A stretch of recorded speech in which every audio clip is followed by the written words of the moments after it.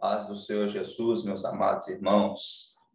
Deus abençoe a vida de todos neste momento que nos ouve, aí pela rádio, pelo Facebook.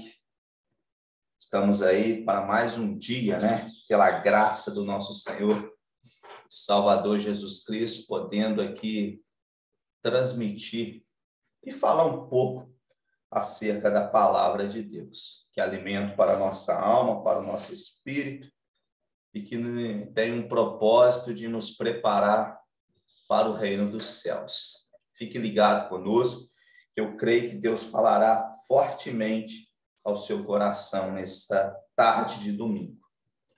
Amém? Texto básico que nós vamos usar aqui, o texto de Efésios, capítulo de número 6, versículo de número 10, um texto já bem pregado, um texto já bem falado, mas é o texto em que Deus vai tentar ou vai tratar conosco de uma forma mais aberta, mais ampla, que o seu nome será glorificado. Efésios capítulo 6, versículo de número 10. Efésios 6, 10. Que diz assim: demais, irmãos meus, fortalecei-vos no Senhor e na força do seu poder, revesti-vos de toda a armadura de Deus, para que possais estar firme contra as astúcias e ciladas do diabo, porque não temos que lutar contra carne e sangue, mas sim contra os principados, contra as potestades, contra os príncipes das trevas desse século, contra as hostes espirituais da maldade nos lugares celestiais. Quando se fala de revestir-se da armadura de Deus, quando Paulo faz esse relato em Efésios capítulo 6, de número 10, para entender o que o apóstolo Paulo ele está dizendo ou ele está relatando ali, nós precisamos também olhar no contexto da carta para que possamos compreender à luz do texto por que Paulo chegou a essa conclusão final, de que o crente precisa estar fortalecido. Se observe que ele vai falar dos benefícios da graça de Deus manifestada em nossa vida, como a eleição, capítulo 1, a predestinação, a filiação. Capítulo 2, ele relata ali acerca que Deus nos libertou deste século mau, que andávamos segundo a vontade do pensamento, a vontade da carne. Ele vai dizer que era por natureza filhos da ira, Ele vai falar também sobre que agora, no capítulo 3, nós somos participantes desta graça, porque antes nós éramos separados da comunidade de Israel, éramos diferentes deles. Não tínhamos os privilégios que ele tem, agora nós somos agregados para ser um corpo só, e assim vai. Só que quando ele chega no capítulo de número 6, versículo 10, ele fala que nós precisamos estar fortalecidos, revestidos das armaduras de Deus, porque a nossa luta não é contra a potestade, nossa luta é contra principados, potestades, hostes espirituais da maldade, Ou seja, é uma batalha espiritual. Eu vejo o seguinte: o que Paulo escreve em Efésios, capítulo de número 6, é como se Paulo tivesse prevendo ali o futuro. É como se Paulo tivesse observando e Deus mostrando para ele que o futuro próximo, que embora um futuro distante do que Paulo estava vivendo há 2000 anos atrás, com o futuro de hoje, algo poderoso, espiritual, algo forte iria vir, né, com o intuito de tirar o foco, tirar a visão, tirar a percepção espiritual da igreja de Cristo sobre a terra. Você observa, amado, que o diabo ele é estrategista. O diabo trabalhou e trabalha de várias formas e de várias maneiras até conseguir achar o ponto fraco da igreja para derrubar ela de uma vez por toda para dentro do abismo. Para que, uma vez derrubada, caída, ela não consegue se levantar mais. Então, cada ano ou cada século, o inimigo, né, ele tem a sua forma de trabalhar. Com cada geração que passou, ele teve a sua forma de trabalhar. Só que eu vejo, no meu ponto de vista, talvez até mesmo pelo que a Bíblia aponta para nós e nos dá de base, mostrando principalmente partes proféticas, de que o tempo pior de tudo isso seria agora, seria o hoje. Porque cremos nós que nós somos a última geração.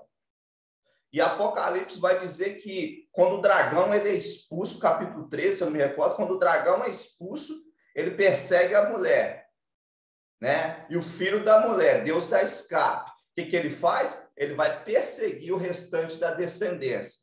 Ele desce com fúria.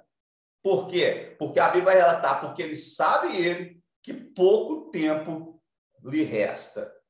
Então, nós temos que entender uma coisa, amados. Nós somos a última geração. E devemos ter em mente que o diabo vai pegar pesado conosco. As potestades, os principados, as hostes espirituais da maldade, tudo que é o mal, tudo que se opõe contra Deus, que vai contra Deus, que está interligado tanto no lado físico quanto no lado espiritual, falando tanto dos homens quanto dos demônios, o propósito principal deles é investir pesado contra a igreja, é vir com grande fúria para acabar ou dissipar todos os planos e propósitos que Deus tem com a sua igreja nesses últimos tempos. É bem na verdade que, biblicamente falando, Satanás não conseguirá vencer a igreja. Por mais que a igreja, nos últimos dias, né, quando o anticristo se manifestar, fará guerra aos santos e vencerá, o perder ali não significa que o anticristo ou que o diabo venceu. Nós perdemos aqui para ganhar lá. Porque o resultado final,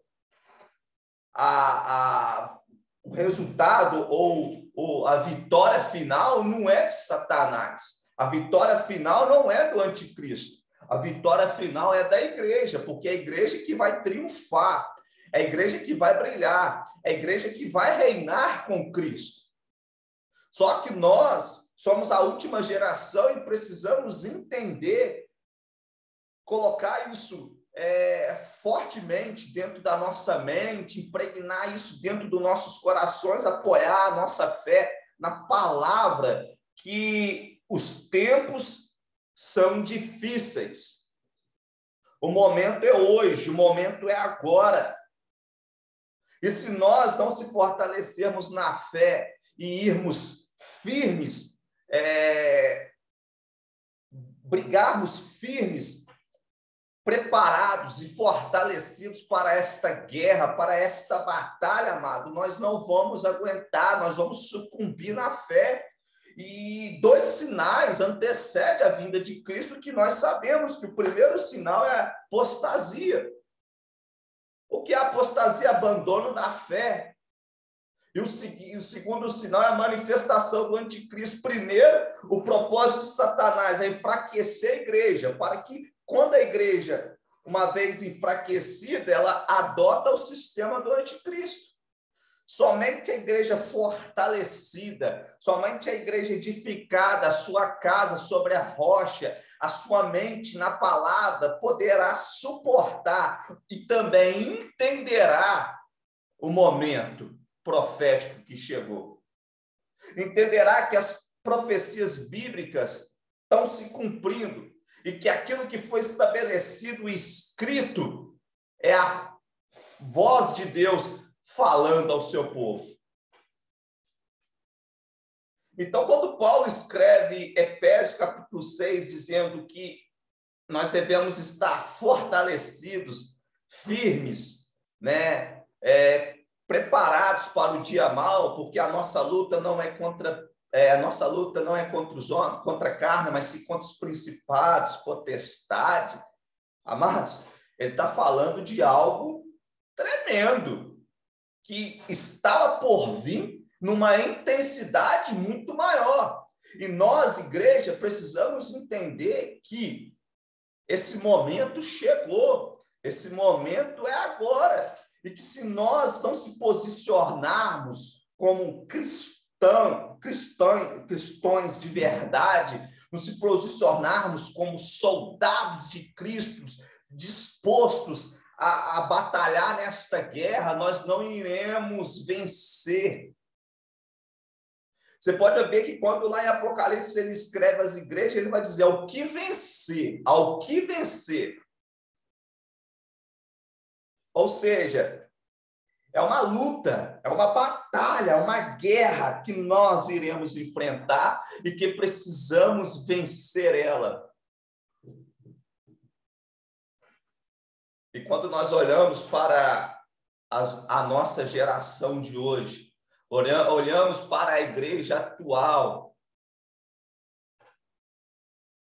nós vemos que grande parte, por não entender o que o Espírito está falando à igreja hoje. Amados, deixa eu falar uma coisa para vocês aqui. Vamos sair do passado. A gente está muito ligado ao passado. Nós estamos muito focados na promessa que recebemos por profecias de irmãos, ou de irmãs, ou de pastores, que a nossa vida aqui nesta terra seria uma vida de exaltação. Vamos sair disso. É hora da igreja entrar numa dimensão espiritual. É hora da igreja entender o que o Espírito está dizendo à igreja hoje. Porque nós precisamos olhar para a Bíblia e entender que a Bíblia ela é profética, ela falou do passado, ela fala do presente, mas ela fala do futuro. Não que o passado não tenha importância, não que o presente não tenha importância. Passado é passado. Precisamos olhar do passado para entender onde foi que os homens erraram para não errar da mesma forma que eles erraram. Precisamos olhar para o futuro, para o presente, melhor dizendo, hoje, para que possamos a cada dia mais se aperfeiçoar, mas estarmos ligados no futuro, porque o futuro, grandes coisas nos espera, para que quando esse momento chegar, não venhamos sermos vítimas, não venhamos ser condenados, não venhamos ser escravizados por esse sistema que rege esse mundo. Então, precisamos olhar para as Escrituras nesses três aspectos. E nós estamos muito focados no passado, em profecias, em revelações que homens nos entregaram. Amados, bota uma coisa na cabeça, eu não estou dizendo aqui que eu não acredito em dons do Espírito. Eu acredito em dons do Espírito. Mas nós precisamos entender que uma revelação, ela só é de Deus quando ela cumpre. E pelo que eu vejo hoje, pelo cenário que nós estamos diante dele hoje, Deus já está nos revelando qual é a sua vontade para a igreja hoje. Deus está mostrando para nós o que Ele quer fazer com a sua igreja hoje. Deus está dizendo para nós, se prepare, posicione-se, porque o dia é mau e é hora da igreja avançar.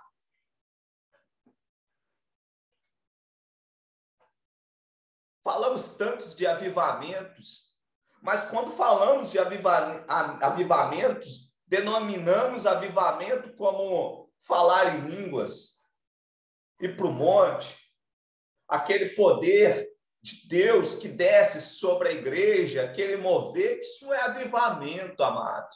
Não é avivamento. Avivamento significa trazer de volta aquilo que está morto. Avivamento é pecador se arrependendo dos seus pecados. Avivamento é a igreja sofrendo um impacto da realidade e recebendo conhecimento, recebendo graça, recebendo virtude, recebendo poder e se preparando para o dia a dia, o que ela está enfrentando e o que ela vai enfrentar no futuro. Isso é avivamento. Olha, amado, o cenário que nós estamos vivendo, vamos entender o que o Espírito está dizendo para a igreja hoje. O que o Espírito está falando para nós hoje? Você acha que diante de uma pandemia, a qual nós estamos vivendo, o mundo sendo abalado por essa pestilência que está nos 4 cantos da terra, você acha que, diante desse cenário mundial a qual nós estamos vivendo, Deus não está dizendo nada para nós? Será que, diante desse cenário horrendo, Deus não está querendo revelar nada para nós?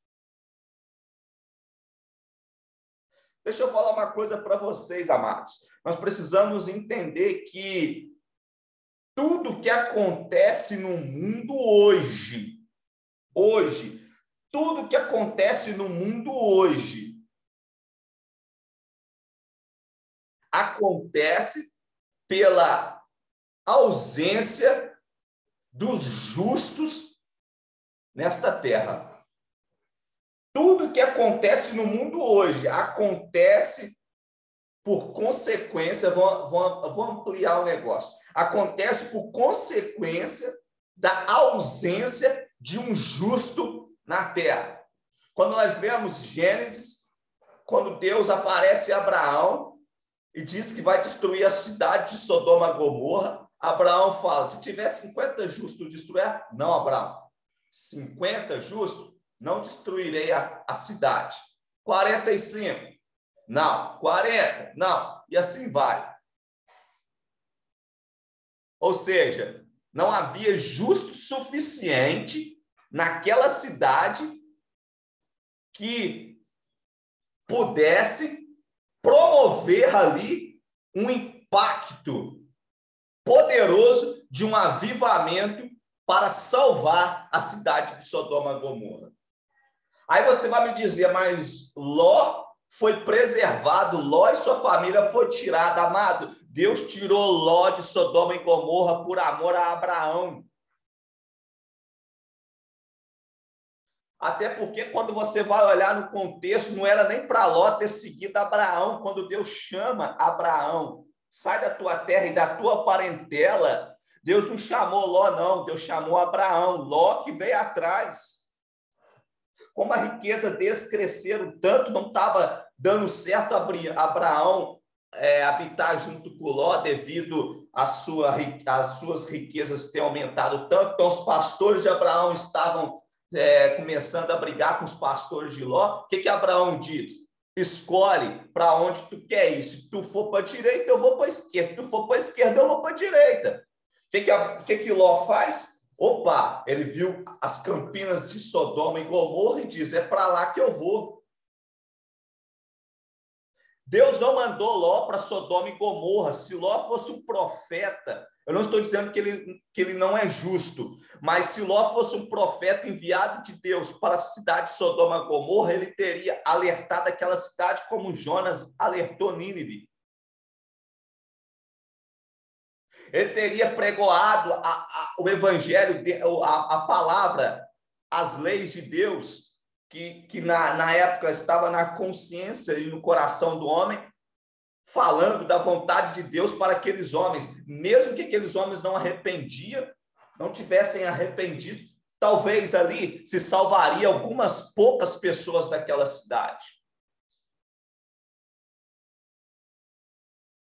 A Bíblia vai dizer que o coração de Ló se entristecia de ver a situação da cidade. Claro, amado, que vai se entristecer. Nós que conhecemos a lei de Deus, o evangelho, a palavra, quando nós vemos algo errado e não temos a prática daquilo, nós se entristecemos, porque sabemos que o Espírito Santo se entristece com tal prática. Mas se daquela cidade, Sodoma e Gomorra, tivesse justo o suficiente, Deus não destruiria. Então, a responsabilidade desse caos que está no mundo, a culpa não é dos ímpios somente. A culpa é da ausência dos justos, que Deus levantou para ministrar a palavra, para pregar o evangelho, mas a igreja não cumpriu com este papel. Nós não cumprimos com este papel. Sabe por quê? Porque nós estamos focados somente a olhar para o lado de dentro. E é tudo que Satanás quer que nós olhamos para o lado de dentro. É tudo que o diabo adora, olha para o lado de dentro. Como assim olhar para o lado de dentro? Amados, você observou que existem pessoas que só têm foco para a sua igreja? Você já observou que existem pessoas que só focam a sua igreja? Que só focam a sua denominação?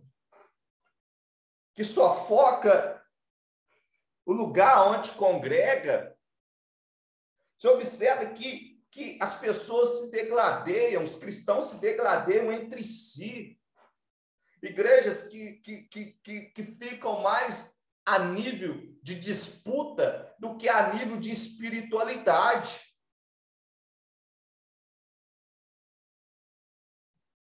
A minha igreja tem palavra, a outra não tem palavra. A minha igreja é melhor, tem mais membro, a outra não tem membro. Deus não está lá. Você vê que há uma briga de liderança, há uma briga de cargos ministeriais. Pessoas que estão dentro da casa de Deus que querem ser vistas pelos seus pastores.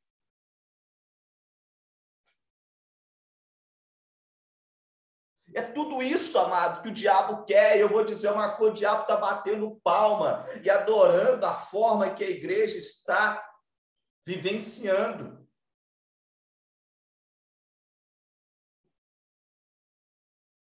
O diabo está amando isso, o diabo está adorando isso. Por quê? Porque enquanto a igreja se degladeia entre si, enquanto a igreja quer resolver os seus problemas internos, o mundo fica livre para a ação demoníaca. E como poucos têm o entendimento disso, como poucos entendem que a luta não é contra carne e sangue, mas contra os principados e potestades, eles entendem isso, eles saem para o lado de fora para degladiar. Mas quando eles saem, eles encontram dificuldade. Por quê? Porque o exército do mundo, o exército da potestade, o exército dos principados é a maioria. E para lutar aqui fora é a minoria.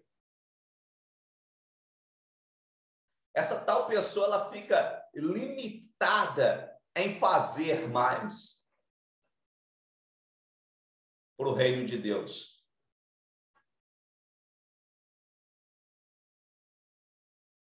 Então, amados, nós precisamos entender que a nossa luta não é contra carne e sangue. Vamos parar de lutar do lado de dentro. Vamos parar de lutar do lado de dentro. A gente precisa entender que a igreja não é local de disputa. A igreja não é local onde você vai ali para ser visto. A igreja é local de adoração. Jesus chamou a casa do meu pai casa de oração. É local onde todos se reúnem, porque todos têm que vivenciar uma só fé, um só espírito, para juntamente ali poder adorar e glorificar o nome de Deus. Vamos entender o significado de adoração, o significado de culto. Culto tem que ser algo racional, algo com inteligência, amado. Algo com inteligência.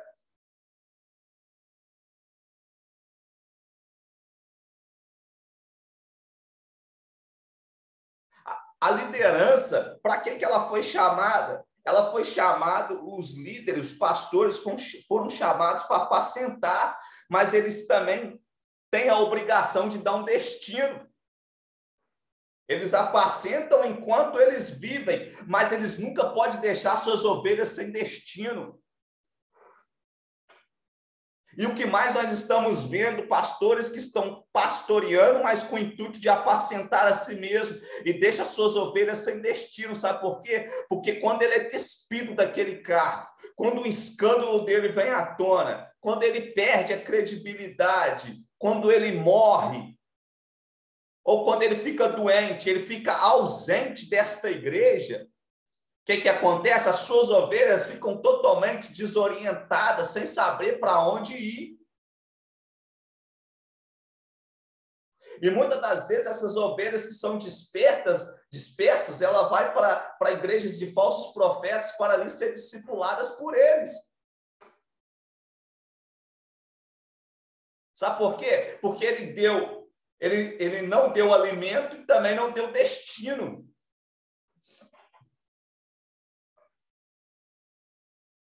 A liderança tem que dar o alimento, tem que dar o destino. Porque, amados, na ausência deles, as ovelhas não ficam dispersas. Elas sabem o caminho. E Jesus disse, as minhas ovelhas ouvem a minha voz e me seguem. Deus nunca nos abandonou. Jesus disse, eu vou para o Pai, mas vocês não vão ficar só, enviarei o Consolador, o Espírito. Agora, Cristo era o bom pastor, Cristo sempre deu o destino para os apóstolos. É por isso que nenhum deles, com exceção de Judas, se perderam. Você pode observar que o apóstolo Paulo vinha ali e plantava uma igreja. Plantou uma igreja, ele deixava um obreiro, ele dava a palavra, mas dava o destino. Por quê? Porque ele sabia que o seu tempo naquela cidade a qual ele vai estar ali, ou está evangelizando ali, é curto, porque a sua chamada é uma chamada missionária, ele não vai estar ali todo para sempre. Mas quando ele sair, as ovelhas, é claro que existe uma minoria que sempre tem esse problema de dificuldade, causa problemas dentro da igreja, mas uma grande parte não se perdia. Por quê? Porque elas tinham um destino. O problema nosso é que nós não estamos dando alimento e muito menos destino para as ovelhas. Porque quando você dá um destino para a ovelha, juntamente com palavra e alimento, você pode até fechar a tua igreja, a sua ovelha não se perde. Ela sabe para onde ela vai. Ela vai procurar onde tem alimento. Ela sabe o tipo de alimento que ela come. Ela sabe a trilha que ela deve trilhar, o caminho que ela deve seguir. Sabe por quê? Porque a palavra entrou na mente, impregnou no coração, há um espírito sobre a vida dela.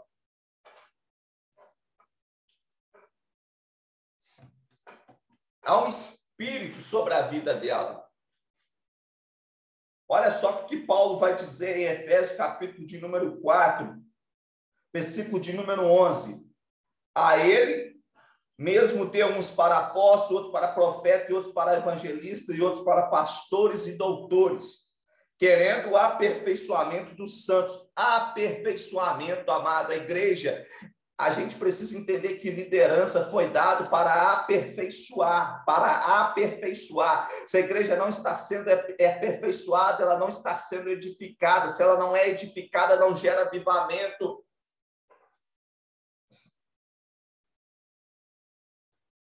Para a obra do ministério, Por isso que nós vemos hoje uma falta de ensinamento não gera aperfeiçoamento.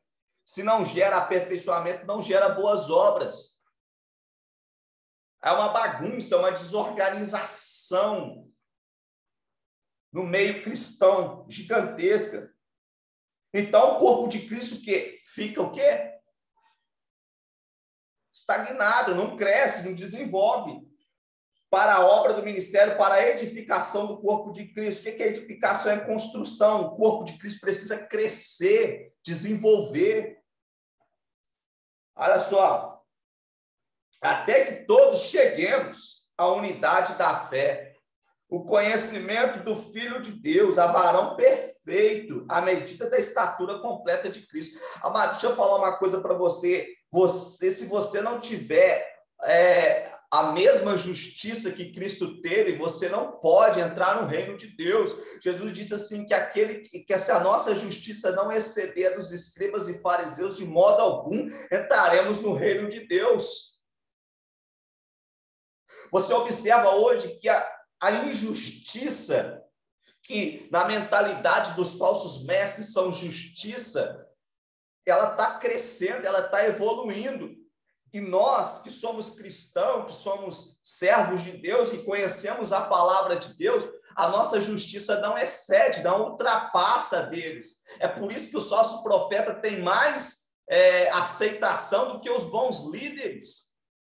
É por isso que os falsos profetas têm mais êxodo e mais resultados em seus ministérios ali, através de campanhas, de votos, disso, daquilo, do que a própria liderança que leva a palavra de Deus a sério.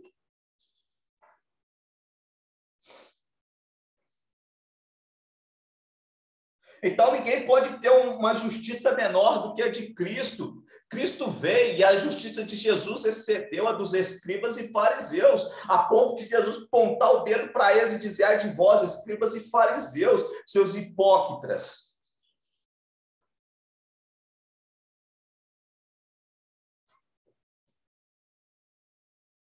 Eles tentavam achar pecado em Jesus, eles tentavam achar erro em Jesus e não conseguiam pegar Jesus. Sabe por quê? Porque a justiça de Jesus era maior do que a deles. Tinha convicção, tinha verdade, tinha seriedade, tinha justiça em suas palavras.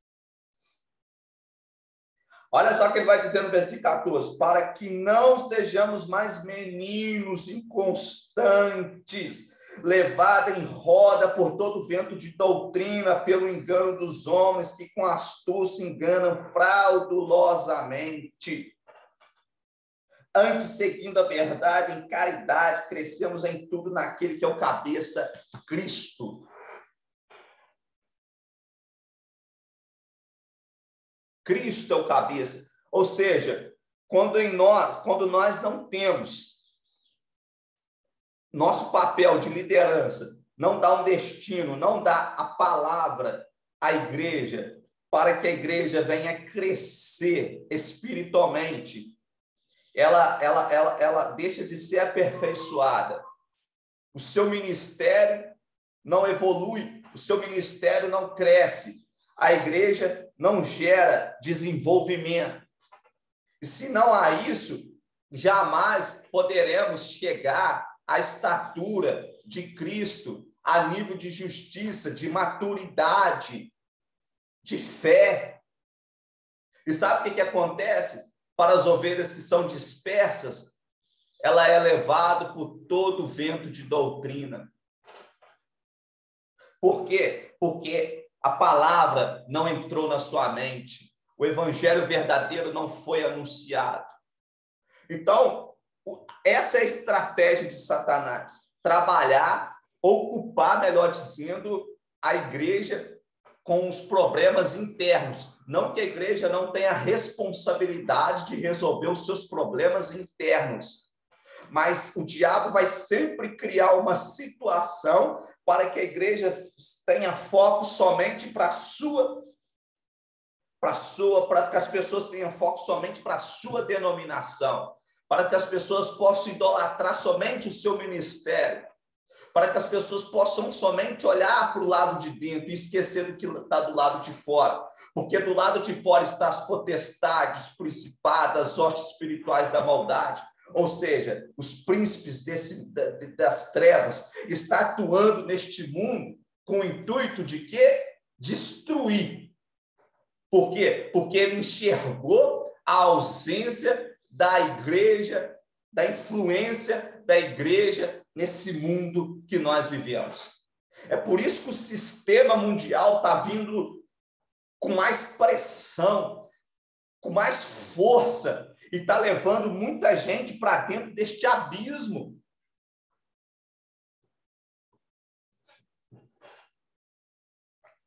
Falta doutrina dentro da igreja, falta evangelho dentro da igreja. Porque nós aprendemos, amado, é para expor, não do lado de dentro somente, mas é para levar para o mundo. E Jesus disse, ide por todo mundo e pregai o meu evangelho a toda criatura, toda criatura.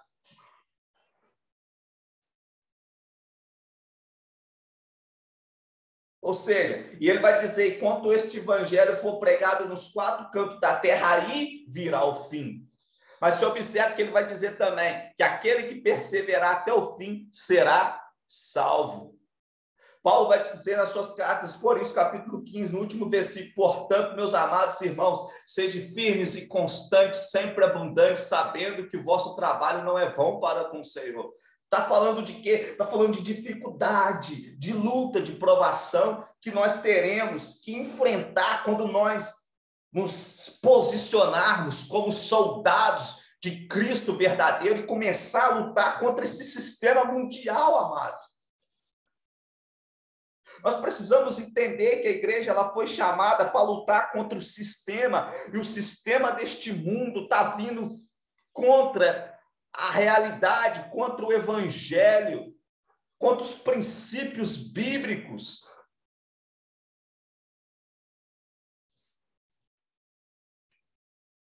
Olha só o que nós estamos vivendo, as ideologias que há nesse mundo, amado. Olha o sistema, vamos olhar para o cenário. Olha a briga ideológica que há neste mundo. Os homens a cada dia perdendo a sua masculinidade. Os homens a cada dia perdendo a sua moralidade. Os homens a cada dia deixando de cumprir com seus deveres como pai de família.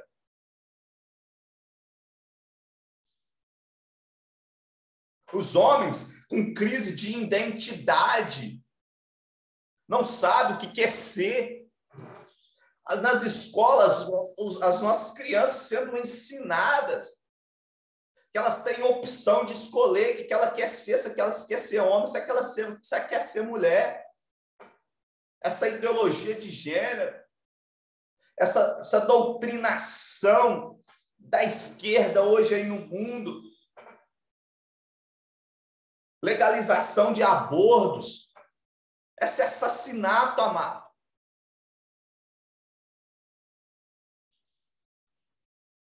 Homens e mulheres que não têm desejos pelo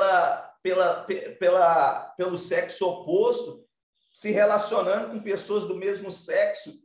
E igrejas, muitas das vezes, existem igrejas evangélicas que apoiam isso, dizendo que isso não é pecado diante de Deus.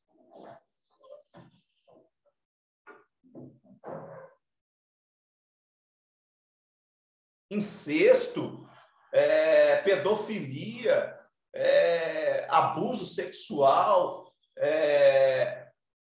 amados. E eu vou dizer uma verdade, que é mais vergonhoso e constrangedor, que grande parte está vindo do meio do povo cristão. Homens que se dizem homem de Deus assediando as próprias irmãs da sua igreja. Adultérios, prostituições, pecados sexuais numa intensidade gigantesca dentro da casa de Deus. E nós, como líderes, vemos tudo isso por uma doutrinação que homens estão aí falando, que se dizem representantes das pessoas aí que pensam ao contrário daquilo que a Bíblia aprova, implantando isso, e as pessoas se conformando com esse tipo de doutrinação, aceitando essas ideologias, e a igreja se calando diante disso.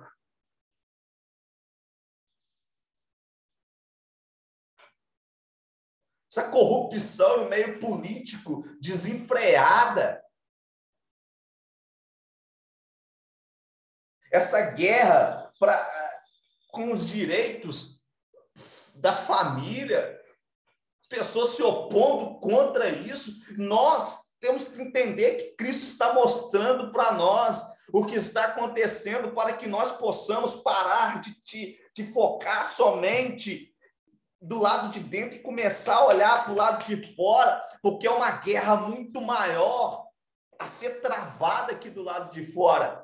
Nós somos chamados para ser luz do mundo e sal desta terra, amado. Jesus disse, não pode pegar um candeeiro e pôr debaixo da cama, mas ele põe no velador e dá luz a todos que estão na casa. A igreja ela foi chamada para triunfar, a igreja foi chamada para brilhar, a igreja tem que ser vista, mesmo em meio à perseguição, ela tem que ser vista, porque ela é a única que vai contra a essa ideologia que está no mundo. Ela prega contra essa doutrinação que está ensinando hoje aí no mundo. Ela vai contra esse sistema mundial. Como é que nós estamos reagindo a isso? E o Espírito está dizendo, ouça o que eu estou dizendo à igreja hoje. Dizer não é vir um profeta e falar, eis que vos digo, não, amado, os sinais já está dizendo para nós. Os acontecimentos já está falando algo para nós.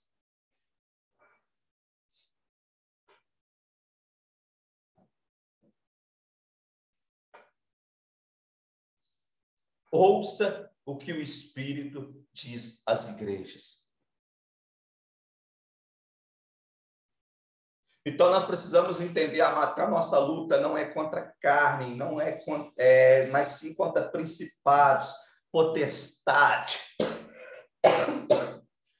hortes espirituais da maldade. E todo crente precisa o quê? Estar revestido com as armaduras espirituais. Olha só, para encerrar, ele vai falar sobre a questão da armadura espirituais, para que possais resistir no dia mau e, havendo feito tudo, ficar firme. Dia mau, amado, não é somente aquele dia que você recebe uma notícia ruim. Entenda isso. O dia mau, ele vem, está vindo e virá ainda com a intensidade muito maior, onde a sua liberdade vai ser tirada. Vai chegar um tempo que nós não vamos poder nem falar do nome de Jesus, amado.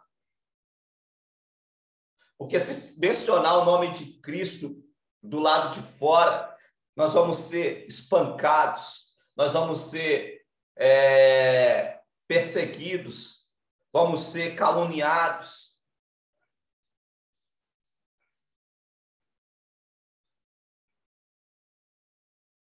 Vamos cingir nossos lombos com a verdade e vestida a couraça da justiça. O crente, amado, tem que viver na verdade para que ele possa ter estabilidade, e equilíbrio quando esse momento chegar. Couraça da justiça, ou seja, justiça de Cristo. Amados, quando você vai olhar para a doutrina da justificação pela fé, por que você é declarado justo? Você é declarado justo não pelo seu mérito, não pelas suas obras, e não somente pela sua fé. Você é declarado justo pela justiça de Cristo. O seu pecado é imputado na conta de Cristo e a justiça de Cristo é imputada na sua conta. Mas por que Cristo foi justo? Porque Cristo cumpriu toda a lei sem quebrar um só mandamento. Ou seja, isso é justiça. Então, Cristo teve moral para botar o dedo na cara dos escribas e fariseus e chamar eles de hipócrita, chamar eles de raça de víboras, chamar eles de sepulcro caiados. Teve moral, teve peito para isso. Sabe por quê? Porque nenhum pecado achava em Cristo. Você ouve a palavra da verdade para que você possa ter estabilidade. Mas essa verdade que você ouve, ela tem que ser vista em sua vida. Isso se torna justiça. Isso se torna justiça.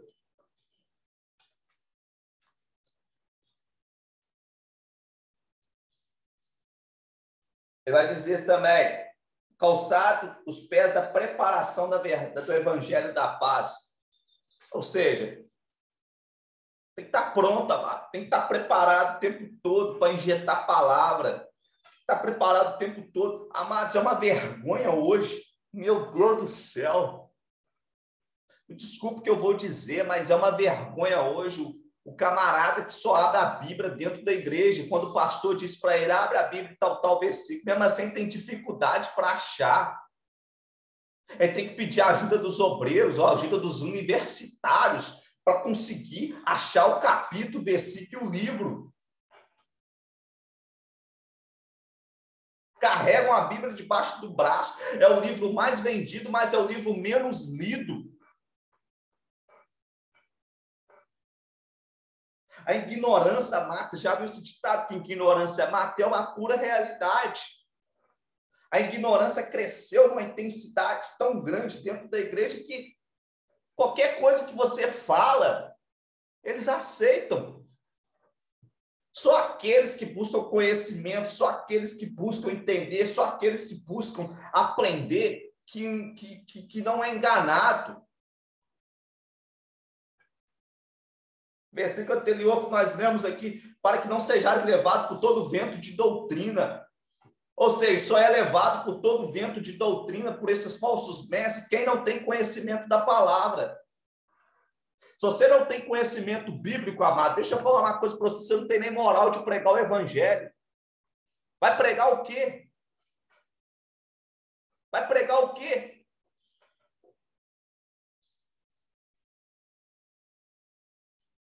Vai pregar o quê?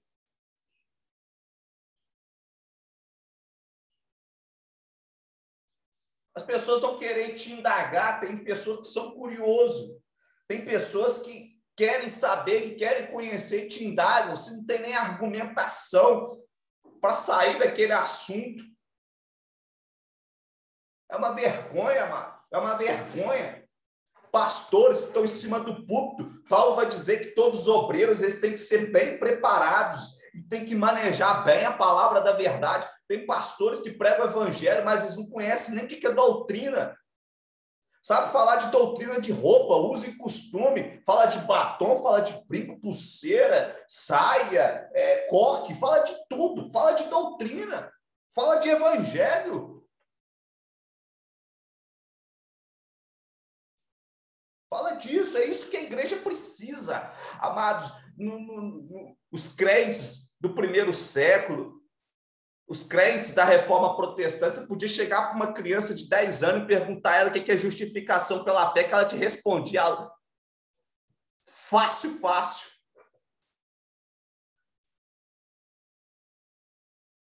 Hoje você chega para uma pessoa, até mesmo para um pastor dentro da igreja, e pergunta para ele, pastor, me explica a doutrina da justificação. Pastor, eu quero entender o que é regeneração. O cara não sabe te responder. Ele sabe falar de fé, sabe falar de provação, sabe falar de luta, sabe falar de prova, sabe falar de deserto. Isso para eles tira de letra. Amados, a igreja tem que estar preparada, porque o evangelho que transforma a vida é o evangelho que confronta.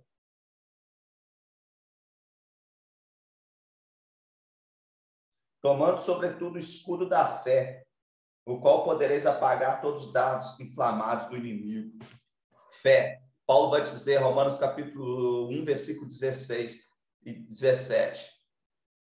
Eu não me vergonho do evangelho de Cristo, pois ele é o poder para a salvação de todo aquele que crê, primeiramente dos judeus e depois do grego. Porque nele se descobre a justiça de Deus. Mas que o justo, o quê? Viverá pela fé.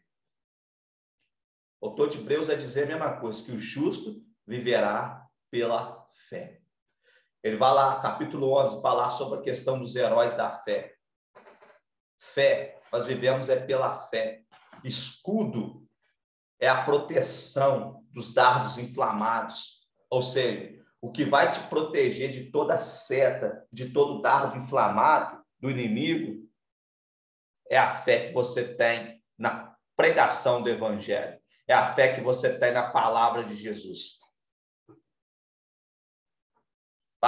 Pode vir os dardos inflamados, amados, não é algo somente para você pecar. Entenda que dardos inflamados do inimigo é uma ideia, é uma ideologia, é uma doutrinação, é um ensinamento, é uma bomba no sentido espiritual, é algo que é uma heresia, vou citar melhor que heresia. É o que mais nós vemos. Mas o que? Eu não estou alicerçado na fé em Cristo. Minha casa não está edificada na rocha por falta de conhecimento bíblico da palavra. A falta de conhecimento gera o quê? Ignorância. Então eu absorvo tudo aquilo que o pastor me fala. Sabe por quê? Porque o pastor é para ele uma figura de representação. A pessoa olha para o líder e parece que está olhando para Deus. Então tudo que ele fala, por a pessoa admirar, porque acha que ele é o ser espiritual, ele está na dimensão divina, acredita tudo que ele fala. E sabe da forma em que ela é doutrinada? Muitas das vezes é doutrinada de uma forma errada.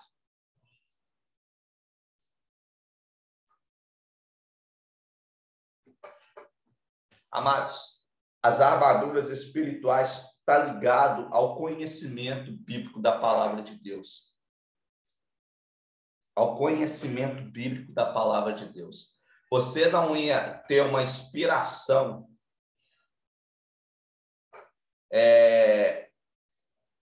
por conhecimento se a palavra de Deus não te revelasse isso. Você não teria, talvez, um exemplo de como ser um pai de família a nível da vontade de Deus se a palavra não te revelasse isso. Você não teria um exemplo de como ser um bom líder se a palavra de Deus não te revelasse isso. Você não saberia, resumindo, conduzir a sua vida nas 4 áreas da vida se a palavra de Deus não te revelar isso. Então, saiba de você uma coisa: quer ser pleno? Busque conhecimento. Quer ser pleno? Busque conhecimento.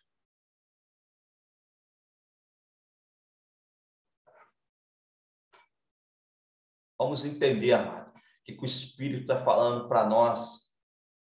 O que o Espírito está falando para a igreja nesses dias de hoje. Vamos entender o que o Espírito está falando à igreja nesses dias de hoje.